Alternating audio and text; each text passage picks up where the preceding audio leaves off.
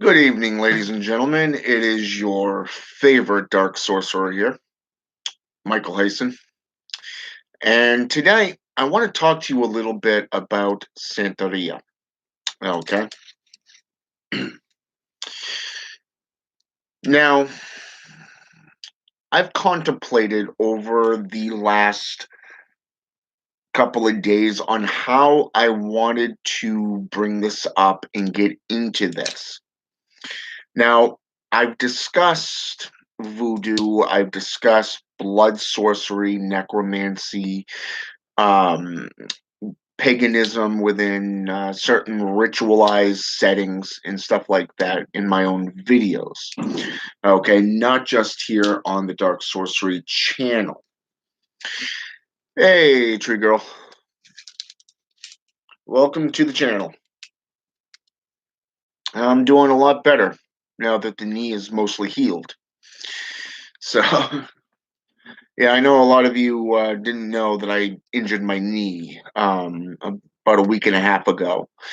So I've been kind of laid up for the last week with a knee immobilizer. So, well, basically it's a leg immobilizer, but still kind of sucked, especially since I worked on it for, you know, 4 days straight. And that really, well, let's just say, hurt a lot. But that's a story for another time. So, like I said, I've talked a little bit about necromancy. I've talked about Haitian voodoo, African voodoo. I've talked a little bit about Santeria, Pelo Mayumbi, Quimbanda, and some of these other African traditions, such as Santa Morte, Saint Death, Holy Death herself. You know, so I really thought that, I ran this by Alfredo and, the founder of Dark Sorcery and through the other admin and stuff like that. So I wanted to discuss this, but I wasn't quite sure how I was going to do this. But I wanted to talk to my elders and decide and let them decide what I can and cannot reveal. It's a sign of respect, especially since Santeria is very, very highly secretive within their ceremonies and rituals and stuff. So I really wanted to get their permission on this before I did anything and what I can reveal. So, so I discussed this with them, and I got the okay to do this from my elders. So, when I contemplated where to begin. So I thought I'd break some stuff down and give you kind of some words that go along with it, but also kind of give you the rundown for the first video on how to do that before I go into a second video that will break down the gods and everything that we worship in Santeria. Not just that, but Palo Mayumbi and Quimbanda, and some of these other traditions and how they associate and are similar. So here it is. The Orisha or Asha is broken down into three aspects. Okay. Number one, Asha means religious ceremony. Okay. Rai, as in RI, is basically meaning to see. Okay. You see it. Okay. You see it unfolding. You see it becoming. You see yourself becoming that magical tool. And then you have Sha, as in SHR, or A rather, which means to choose. This is Orisha. Okay. Now, in different religions, there are similarities. There are interconnecting states where things kind of just meet up. You're going to get this no matter what religion you're into. Okay. One of the biggest is through Christendom. Okay. Specifically, Catholicism, where a lot of the African based religions are really intermingled into that faith. You look at Saint Death, the symbol of Mary, okay? You look at some of the Orisha, the Ugan, okay? They're associated with with the archangels like Michael, the warrior, the prince. You got Gabriel, the healer, Peter, the traveler, and such. Okay, the saints. So, a lot of these traditions can be traced all the way back into Nigeria, Ethiopia, and Congo regions of Africa. All right.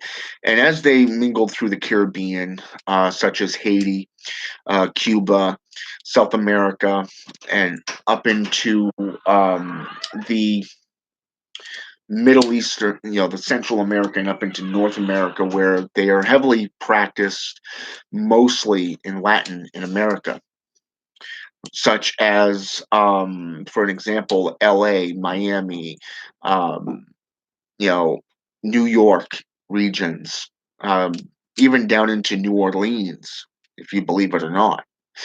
That's up to you. I mean, voodoo is heavily influenced right there in New Orleans, but yet it's practiced in LA, Miami, and right up into New York itself. So keep that in mind. Now, in voodoo or voodoo, there is fawn and nego. Now, fawn is Yoruba and nego is Bantu. Okay. Then you have Congo and Ibo. Okay. Now, what's interesting about this is it is also practiced in a state of, how should I say this? Um, Daham, Dahamines. Okay. Is basically the translation of it. Chango or the Ugan, okay, is similar to the Ugan in voodoo. Okay, that's Oggun. For those of you who are interested in learning that and seeing the differences. Then you have the Elegua, okay, that is Eleggua, called, which is similar to that of Papalegba, okay. Santeria, on the other hand, you have santo, meaning saint. It means literally to worship a saint, okay? Whereas the Yoruba is also known as the Lakumi, okay, meaning friendship, which is also brought down into Sierra Leone, which is known as Akumi, okay, meaning I am Akumo, okay, IKU. Now, Sierra Leone is Akumi. It's practiced in that state of Akumi. So that is something that's very, very interesting as well. And what's interesting also in the Yoruba traditions is you have white and dark practices. Okay. The white or Orisha is basically, how should I say this, is the practice where they give life. Okay, they're giving powers and stuff like that to you. Okay, for an example, Ob, um, Obatala, okay, or Ocean is the Orisha of herbs. You have Orisha Oko, which is the Orisha of farming. Oshan and Yamaya, okay, which are two others, and I'll get into them next time. But in the dark is equivalent to hotness. Okay, think of them as destroyers, much like demons or the Bokor. Depending if you're into voodooism or voodoo, depending on the tradition of, say, African, Haiti, or New Orleans, variations of the meaning. Okay. And their powers are in war, their powers are in bloodshed and battle and hunting. Okay. Now, think of this in demonic terms. Okay. For an example, we know that Azazel is the ancient darkness. He is the alchemist. He taught mankind how to forge weapons. Okay, so obviously by warfare, he's associated with hunting.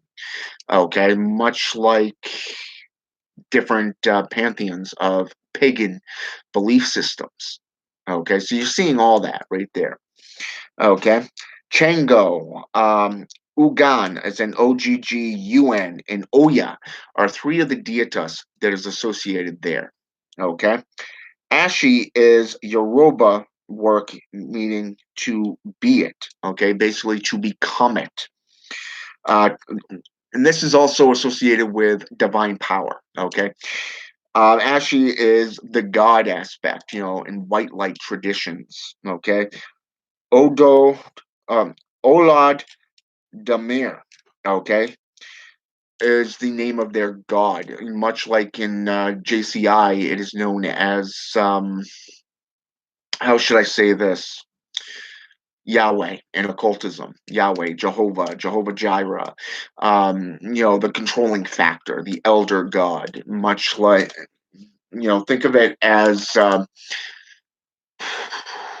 let's go with Allah or Yazad, even. These type of beings, the creators. This is what this means, okay? And then you have Ibo, means sacrifice. Orisha, meaning good, and Ojogan, okay, meaning evil. Now, what's ironic about this, okay, and this is where we're going to get into some of the interesting factors, okay? And Aiku, it means death. Aran means disease. Ofo means loss. Egba, Equa, yeah, can't even speak tonight. It's EQBA. Okay, so it's pronounced. Means paralysis. Okay. Epi, okay, means curse. Ewan, prison. And Adamus means much like demons. They always tell you in demonology, when you get into witchcraft, never petition a demon. Don't associate with a Bokor because you're giving away things. You're going to be paying a heavy price.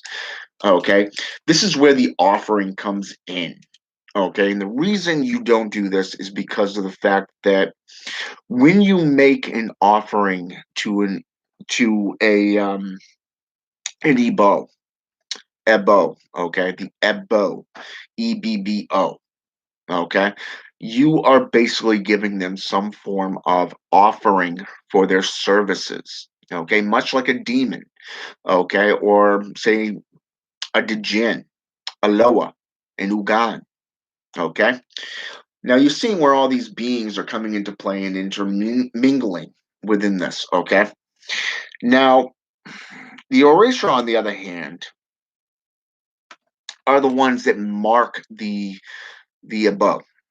Okay, and this is why. Much like the JCI God, who is supposed to have control over everything, the Orishas discern what type of spirit that they will allow near you for the type of ritual or ceremonial work that you're doing.